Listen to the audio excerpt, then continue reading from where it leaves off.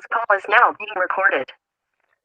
Maravilha. Pessoal, bom, vamos lá. Acho que agora o pessoal daqui a pouco vai entrando mais aí.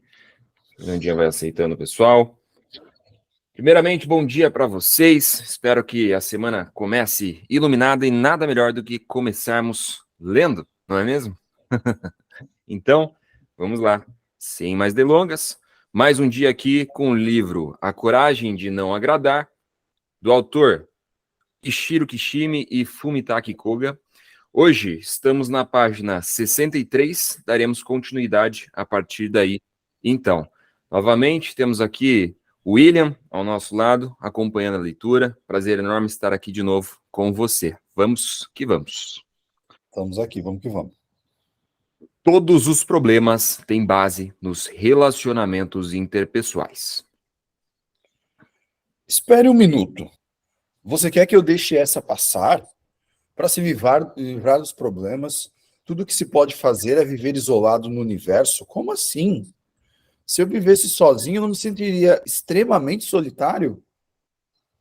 Ah, mas estar sozinho não é o que você faz se sentir solitário. Solidão é ter outras pessoas, a sociedade e a comunidade à sua volta, e mesmo assim se sentir excluído. Para nos sentirmos solitários, precisamos de outras pessoas. Em outras palavras, uma pessoa só se torna um indivíduo em contextos sociais. Se você estivesse realmente sozinho, ou seja, se você apenas habitasse o universo, não seria um indivíduo e tampouco se sentiria solitário? Imagine que o próprio conceito de solidão nem sequer viria à tona. Você não precisaria da linguagem e tampouco haveria necessidade da lógica e do senso comum. Mas isso é impossível. Mesmo que você vivesse numa ilha deserta, pensaria em alguém do outro lado do oceano. Mesmo que dormisse sozinho, você se esforçaria para ouvir o som da respiração de alguém. Enquanto houvesse alguém em algum lugar, você seria atormentado pela solidão. Mas desse jeito você poderia parafrasear a sua ideia da seguinte forma: se alguém pudesse viver sozinho no universo, seus problemas acabariam, certo? Em teoria, sim. Adler diz que todos os problemas têm base nos relacionamentos interpessoais. Pode repetir? Fala com o Fernando. Deixa, não. Podemos repetir quantas vezes você quiser. Todos os problemas têm base nos relacionamentos interpessoais. Este é um conceito que vai à raiz da psicologia adleriana. Se todos os relacionamentos desaparecessem no mundo, ou seja, se alguém estivesse sozinho no universo e no resto da humanidade tivesse desaparecido, todos os tipos de problema desapareceriam. Mentira! Claro que isso não passa de uma falácia acadêmica. Claro que não conseguimos viver sem relacionamentos interpessoais. A existência de um ser humano, em sua essência, pressupõe a de outros seres humanos. Em princípio, viver completamente separado dos outros é impossível. Como você mesmo disse, a premissa de que alguém pode viver sozinho no universo é infundada. Não é disso que eu estou falando. É óbvio que os relacionamentos interpessoais provavelmente são um grande problema. Reconheço isso. Mas dizer que tudo se reduz a problemas de relacionamento é uma posição extremista. O que você me diz sobre o medo de ser excluído dos relacionamentos e as situações em que o indivíduo tortura a si mesmo? São problemas direcionados a si próprio. Você nega todos eles? Não há preocupação completamente definida pelo indivíduo. A chamada preocupação interna não existe. Qualquer que seja a preocupação, as sombras de outras pessoas estão sempre presentes. Mesmo assim, você é um filósofo. O ser humano tem problemas mais relevantes, maiores do que questões de relacionamentos interpessoais. O que é felicidade? O que é liberdade? Qual é o sentido da vida? Não são esses temas que os filósofos vêm investigando desde a Grécia Antiga? Então você diz, e daí? E os relacionamentos são tudo? Isso me parece meio prosaico, difícil de acreditar que um filósofo diria essas coisas. Bem, Então parece que preciso explicar de uma forma mais concreta. Sim, por favor. Se você me diz que é filósofo, então precisa me explicar as coisas de verdade. Do contrário, nada disso faz o menor sentido. Você teve tanto medo dos relacionamentos interpessoais que passou a se detestar. Você começou a se odiar para evitar os relacionamentos. Essas afirmações abalaram o jovem até a alma. As palavras tinham uma verdade inegável que parecia dilacerar seu coração. Mesmo assim, ele precisava encontrar uma refutação clara à afirmação de que todos os problemas que as pessoas vivem têm base nos relacionamentos. Adler estava banalizando os problemas. E os problemas não são tão triviais assim. Sentimentos de inferioridade são pressupostos subjetivos. Bem, vamos analisar os relacionamentos interpessoais de uma perspectiva um pouco diferente. Você está familiarizado com a expressão sentimento de inferioridade? Que pergunta boba. Como você já deve ter percebido em nossa discussão até agora, sou uma bolha ambulante de sentimentos de inferioridade. Que sentimentos são esses especificadamente? Bem, por exemplo, se eu abro o jornal e leio uma notícia sobre uma pessoa mais ou menos da minha idade, alguém realmente bem-sucedido, sou dominado por sentimentos de inferioridade. Se outra pessoa que viveu tanto tempo quanto eu consegue ter tanto sucesso, então que diabos eu estou fazendo de errado comigo mesmo? Quando vejo um amigo feliz, antes mesmo de eu ter vontade de comemorar com ele, eu me encho de inveja e frustração. Claro que meu rosto cheio de espinha não ajuda em nada, né?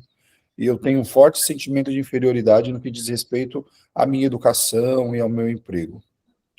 Além de tudo, tem a questão de que quanto eu ganho e do meu status social. Resumindo, eu estou completamente dominado por sentimento de inferioridade. Entendo. Aliás, Adler é considerado a primeira pessoa a usar a expressão sentimento de inferioridade, no contexto em que é usado hoje. Nossa, eu não sabia. Em alemão, o idioma de Adler, a palavra é Minderwertigkeitsgefühl, que significa o sentimento Gefühl, de ter menos, minder, valor, wert, ou seja, sentimento de inferioridade. É um termo que tem a ver com o próprio julgamento de valor. Um julgamento de valor? É a sensação de que você não tem valor ou de que tem um valor limitado. Ah, essa sensação eu conheço, ela me define muito bem. Não passa um dia sequer sem me atormentar com o pensamento de que não há sentido em viver. Bem, então vejamos meus sentimentos de inferioridade. Quando você veio me ver pela primeira vez, qual foi sua impressão das minhas características físicas? Ah, bem. Não precisa se conter, seja direto. Tudo bem, achei você menor do que eu havia imaginado. Obrigado. Eu tenho 1,55. Pelo que sei, Adler tinha a mesma altura. Houve uma época, na verdade, até eu ter mais ou menos sua idade, em que eu me preocupei com isso. Eu tinha certeza de que as coisas seriam diferentes se eu tivesse uma altura normal, ou fosse 20 centímetros mais alto, ou mesmo apenas 10 centímetros. Era como se uma vida mais agradável estivesse esperando por mim. Quando eu tinha esses sentimentos, eu conversava com um amigo, e ele afirmava que eu estava falando um monte de besteira, e simplesmente me ignorava. Isso é horrível. Que amigo, hein? Ele também dizia: o que você faria se ficasse mais alto? Veja bem, você tem o dom de fazer as pessoas relaxarem. Um homem grande e forte pode acabar intimidando as pessoas. Já com alguém pequeno como eu, as pessoas perdem o medo. Isso me fez perceber que ser baixinho era algo desejável, tanto para mim como para aquelas à minha volta. Em outras palavras, houve uma transformação de valores. Eu não me preocupo mais com a minha altura. Tudo bem, mas isso. Espera até eu concluir. O importante aqui é que minha altura, 1,55, não era inferior. não era inferior? Na verdade, não me faltava nada, e eu não a considerava inferior. Claro que o 55 é abaixo da altura média, e esse é um número objetivamente medido. À primeira vista, pode parecer inferior, mas as verdadeiras perguntas são: que tipo de significado eu atribuo a essa altura? Que tipo de valor eu dou? Como assim? Meus sentimentos sobre minha altura eram todos sentimentos de inferioridade subjetivos, que nasciam inteiramente da comparação com os outros, ou seja, de meus relacionamentos interpessoais. Porque se não houvesse ninguém com quem me comparar, eu não teria oportunidade de pensar que era baixo. Nesse momento, você também está sofrendo de diversos sentimentos de inferioridade. Mas, por favor, entenda que não se trata de uma inferioridade objetiva, mas de um sentimento subjetivo. Mesmo quando o assunto é altura. Tudo é subjetivo. Em outras palavras, os sentimentos de inferioridade são interpretações subjetivas em vez de fatos objetivos? Exatamente. Se eu enxergo a situação do ponto de vista do meu amigo, que diz que deixa as pessoas relaxadas e não intimidadas, a minha altura pode se tornar um ponto forte. Claro que esta é uma interpretação subjetiva, e você pode até dizer que é um pressuposto arbitrário. Mas existe um aspecto positivo na subjetividade. Ela permite a você fazer a sua escolha. Exatamente por eu entregar a questão à subjetividade, a opção de encarar a minha altura como uma vantagem ou desvantagem fica aberta para mim. Esse é o argumento de que você pode escolher um novo estilo de vida, lembra? É isso aí. Não podemos alterar fatos objetivos, mas interpretações subjetivas podem ser mudadas à vontade. E a verdade é que habitamos um mundo subjetivo. Conversamos sobre isso logo no início, lembra? Sim, a água do poço a 18 graus. Agora, pense na palavra alemã que designa o sentimento de inferioridade. Minderwertigkeitsgefühl. Como eu disse, sentimento de inferioridade. É um termo ligado ao julgamento de valor da própria pessoa. E que valor seria esse? Pense no exemplo dos diamantes, que são vendidos a um alto valor, ou da própria moeda. Encontramos valores específicos para essas coisas e dizemos que um quilate vale tanto, que os outros preços são tais e tais. Mas se você muda seu ponto de vista, um diamante não passa de uma pedrinha. Bem, intelectualmente sim. Em outras palavras, o valor se baseia no contexto social. O valor atribuído a uma nota de $1 não é objetivo, embora esse seja o senso comum. Se considerarmos seu custo real como material impresso, a cédula de $1 está longe de valer isso. Se eu fosse a única pessoa deste mundo e ninguém mais existisse, provavelmente usaria essas notas na minha lareira para me aquecer no inverno. Talvez até para suar o nariz. Seguindo essa mesma lógica, não deveria existir nenhum motivo para eu me preocupar com a minha altura. Se você fosse a única pessoa no mundo e ninguém mais existisse, Sim, o problema do valor acaba nos levando de volta aos relacionamentos interpessoais. então isso tem a ver com a sua afirmação de que todos os problemas têm base nos relacionamentos interpessoais? Sim, correto. Complexo de inferioridade é apenas uma desculpa. Será que você pode afirmar com certeza que o sentimento de inferioridade tem de fato base nos relacionamentos interpessoais? Mesmo um indivíduo considerado bem-sucedido socialmente, que não precisa se rebaixar nos relacionamentos, tem esse sentimento de inferioridade? Mesmo o homem de negócios, que junta uma enorme fortuna, a mulher de uma beleza incomparável, invejada por todos, o medalhista de ouro olímpico, cada um deles seria assolado por sentimentos de inferioridade. Bem, tenho minhas dúvidas. Como eu devo pensar a respeito disso? Adler reconhece que todos nós temos sentimentos de inferioridade. Não há nada de errado nos sentimentos de inferioridade em si. E por que as pessoas têm esses sentimentos para começo de conversa? Acho que é preciso entender toda a situação a partir de determinada ordem. Em primeiro lugar, as pessoas entram nesse mundo como seres impotentes e têm o desejo universal de escapar desse estado de impotência. Adler chamou isso de busca da superioridade. Busca da superioridade? Pense nisso simplesmente como esperança de melhorar ou busca de um estado ideal.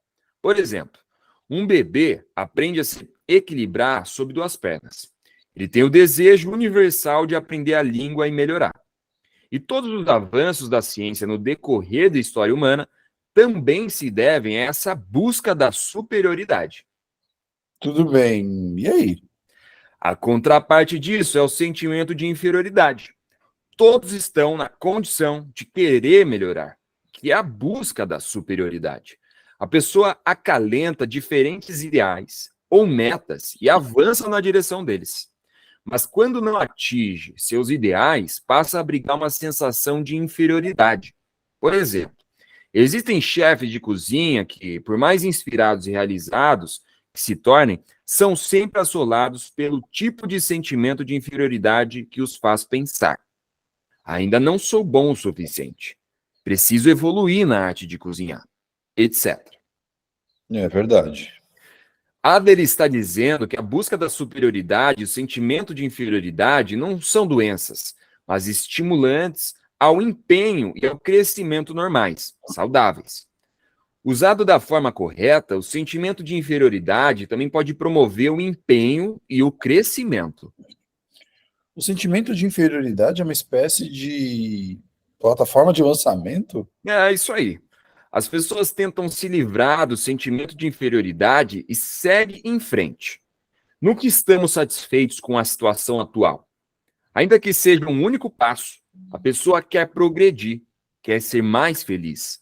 Não há absolutamente nada de errado nesse tipo de sentimento de inferioridade. O problema é que certas pessoas perdem a coragem de dar um passo à frente e não conseguem aceitar que a situação pode ser mudada se fizerem esforços realistas. Pessoas que nem sequer se mexem. Elas simplesmente desistem e dizem coisas do tipo: eu não sou bom o suficiente mesmo, ou ainda que eu tentasse, eu não teria a menor chance. Bem, isso é verdade, não resta dúvida. Se o sentimento de inferioridade é forte, em geral a pessoa se torna pessimista e diz: eu não sou bom o suficiente mesmo. É assim que funciona o sentimento de inferioridade. Não, isso não é um sentimento de inferioridade. É um complexo de inferioridade.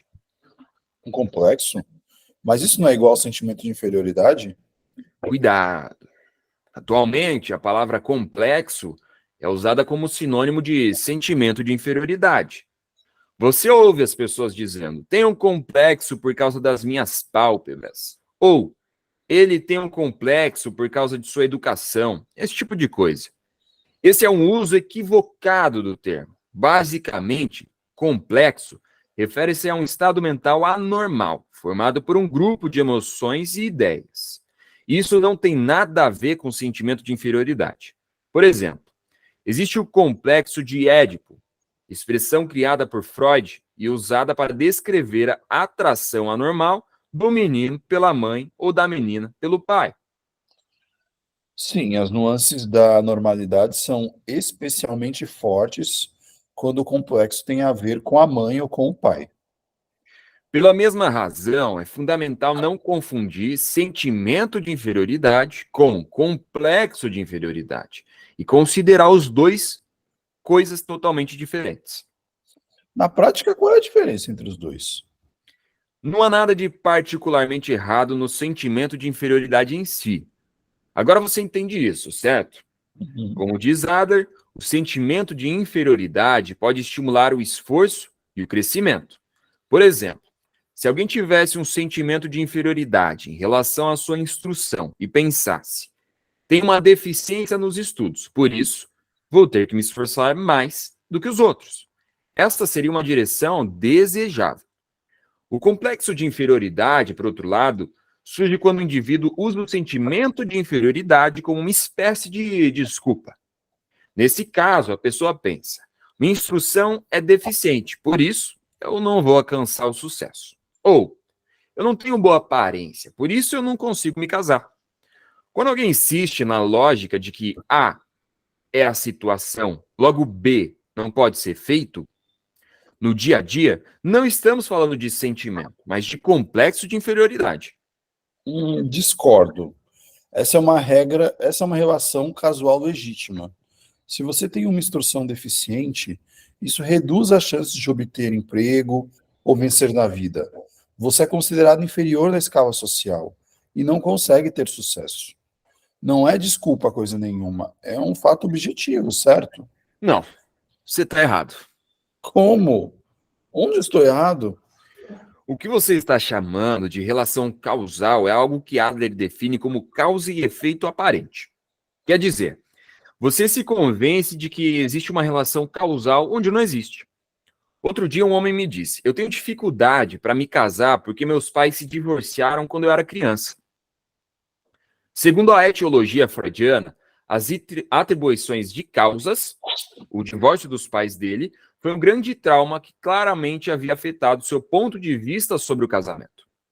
Adler, porém, com a posição da teleologia, a atribuição de propósito, rejeita esse argumento e considera que existe aí uma relação de causa e efeito aparente.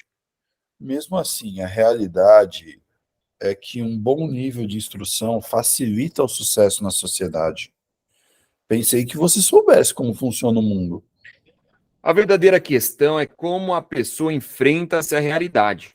Se você pensa, tem uma deficiência no meu nível de instrução, por isso não sou capaz de alcançar o sucesso, deveria simplesmente trocar. Não sou capaz de alcançar o sucesso porque não quero alcançar o sucesso. Não quer alcançar o sucesso? Que tipo de raciocínio é esse? Acontece que é assustador dar um passinho que seja à frente. Além disso, a pessoa não quer se esforçar de verdade. Não quer mudar ao ponto de sacrificar os prazeres que curte agora. Por exemplo, o tempo gasto se divertindo. Em outras palavras, você não está equipado com a coragem de mudar seu estilo de vida. É mais fácil deixar as coisas como estão, ainda que você tenha algumas queixas ou limitações. Os arrogantes têm sentimento de inferioridade. Pessoal, esse ficará para o dia de amanhã. Vamos ver o que os arrogantes, têm nesse sentimento de inferioridade. Agora são 7h57, leitura prazerosa até o momento, já que surgem diversas reflexões e eu abro para que vocês possam compartilhar as reflexões que vocês tiveram enquanto estávamos aqui a ler esse livro. Sintam-se à vontade, podem abrir a câmera se quiserem ou enviar aqui pelo chat para conversar um pouquinho com a gente. Ué, já acabou? Vamos fazer o seguinte, não sei se vocês estão vendo aí, tem uma mãozinha aqui embaixo no Google Meetings, tem uma mãozinha ali, ó. Essa mãozinha você pode colocar para levantar a mão. Assim fica numa ordem aqui para a gente de quem quer falar. E aí não fica nós aqui fazendo uma fila sem ver quem que falou primeiro ou não falou. Marcelo que levantou a mão. Se alguém tiver dúvida em como levantar a mão, fala aqui com a gente explica sem problema algum, tá? Vou abrir a fila então com o Marcelo, que foi o primeiro a levantar a mão. Vamos lá, Marcelão. E aí? Ah, e aí que eu tava aqui ouvindo, nem prestei atenção no horário, rapaz. A reflexão vai longe, né? Porque a gente começa a fazer um paralelo, né? Esse tipo de filosofia faz a gente se balizar, né? A gente olhar como a gente agiu em várias situações, como que eu agi em várias situações, como que eu reagi. Então, achei muito interessante para mim.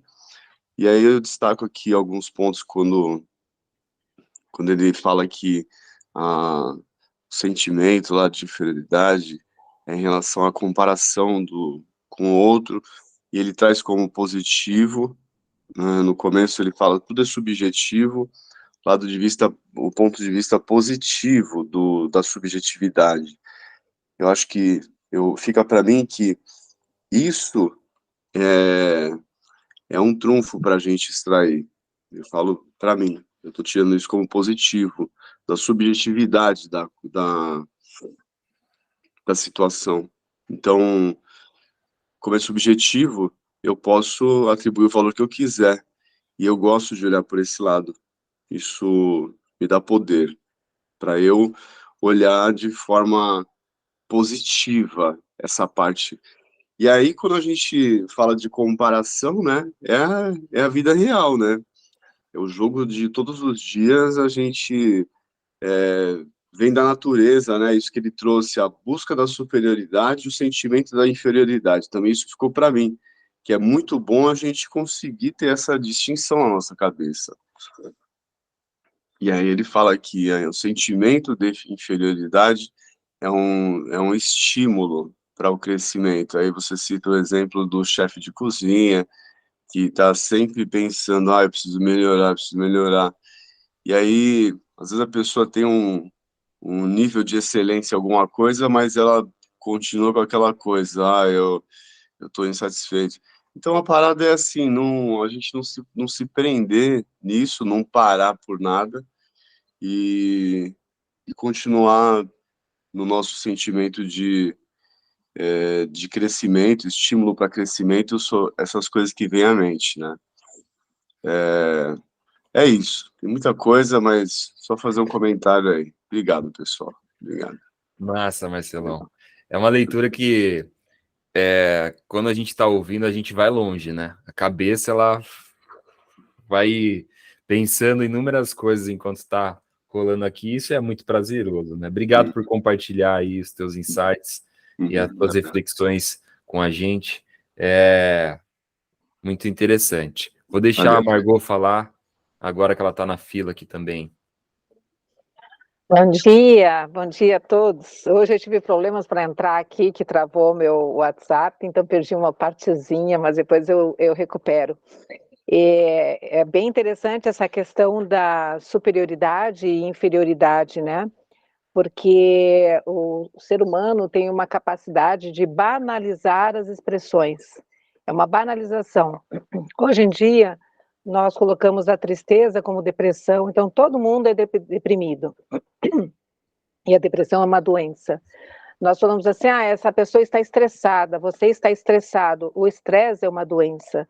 E nós associamos isso a um estado de alteração do humor da pessoa, ou que a pessoa está mais nervosa naquele momento, está mais irritadiça naquele momento. Nós vamos banalizando algumas expressões. E uma delas é esse sentimento da inferioridade.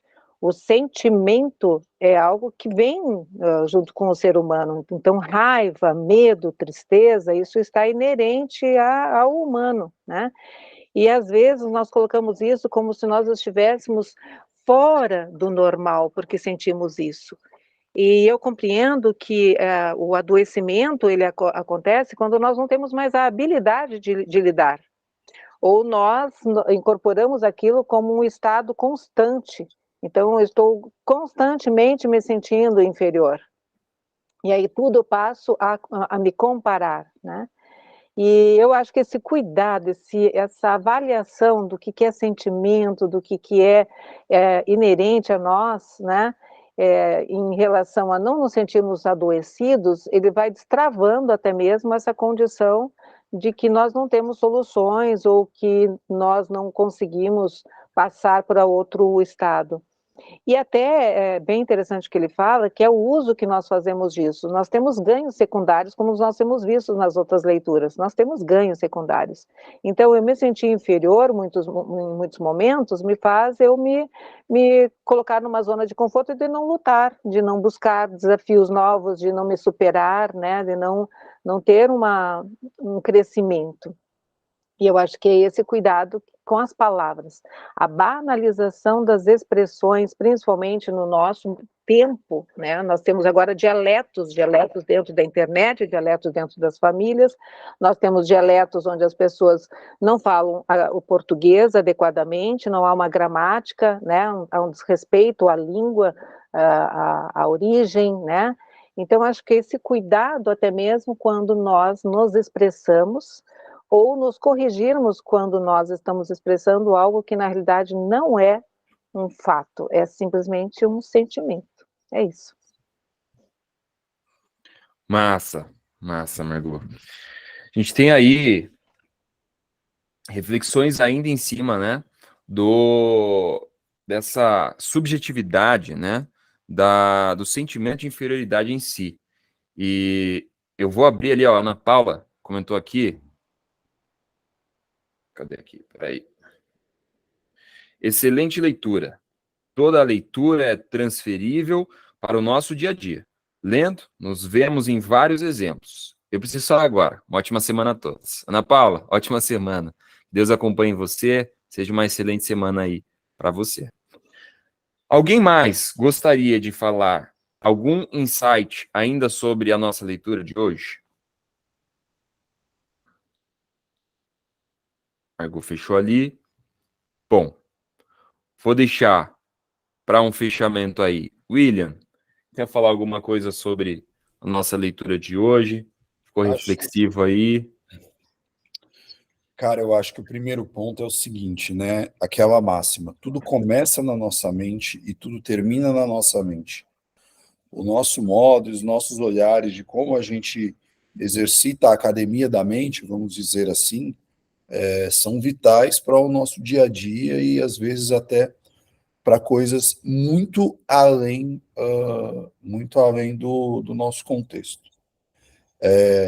Tem uma máxima, quando a gente está falando um pouco do olhar plural e da vida em comunidade e das percepções em grupo, em vida em grupo, tem uma frase do George Orwell que fala, né? A massa mantém a marca mantém a mídia, e a mídia é controlada, a mídia controla a massa, ou seja, os efeitos que a gente já sabe que vem através lá do livro dele de mídia de massa, né, quando a gente fala de comunicação, quando a gente fala de marketing, os efeitos que já são estruturais. Então, trazer um pouquinho de George Orwell e essa crítica toda à mídia de massa, para fazer com que a gente entenda também que, às vezes, as crenças e as compreensões globais, tais quais o diamante, tais quais o que é ser alto e baixo, quais as percepções de estética e sucesso, todas podem ser questionadas porque partem de um movimento e de uma mudança talvez maior aí, e aí trazer um pouco de George Orwell, já que a gente está falando do Adler, uma coisa até mais perversa e negativa. Marta. Bom, eu vou concluir com uma indicação. Uma indicação por quê? Na página 70, ele fala sobre os diamantes, né, que eles são vendidos a um alto valor, e fala um pouco sobre esse contexto, né, de por que uma pedrinha vale tanto, né, ou que é muito subjetivo essa questão. E aqui eu vou deixar uma sugestão de documentário, que é do Netflix, que é Nada é Eterno. Esse documentário, ele fala um pouco sobre, principalmente, o obelisco ali, né, que é o monumento de Washington. Ele, quando foi feito, na ponta dele, ele foi colocado alumínio. Na época, era muito difícil de colocar o alumínio daquela forma, e era muito valoroso. Só que se a gente olha hoje aquilo, o alumínio a gente joga fora, bem dizer, tá no lixo, né? A gente descarta hoje o alumínio, ou seja, isso perdeu o valor com o tempo. E aqui, dentro desse documentário, Nada é Eterno, ele começa a fazer uma construção de narrativa sobre o diamante, falando que o diamante hoje ele já pode ser criado quimicamente e ficar igualzinho o diamante que a gente dá tanto valor, a ponto dele levar para alguém e falar, olha, dá uma olhada aí, qual que é qual?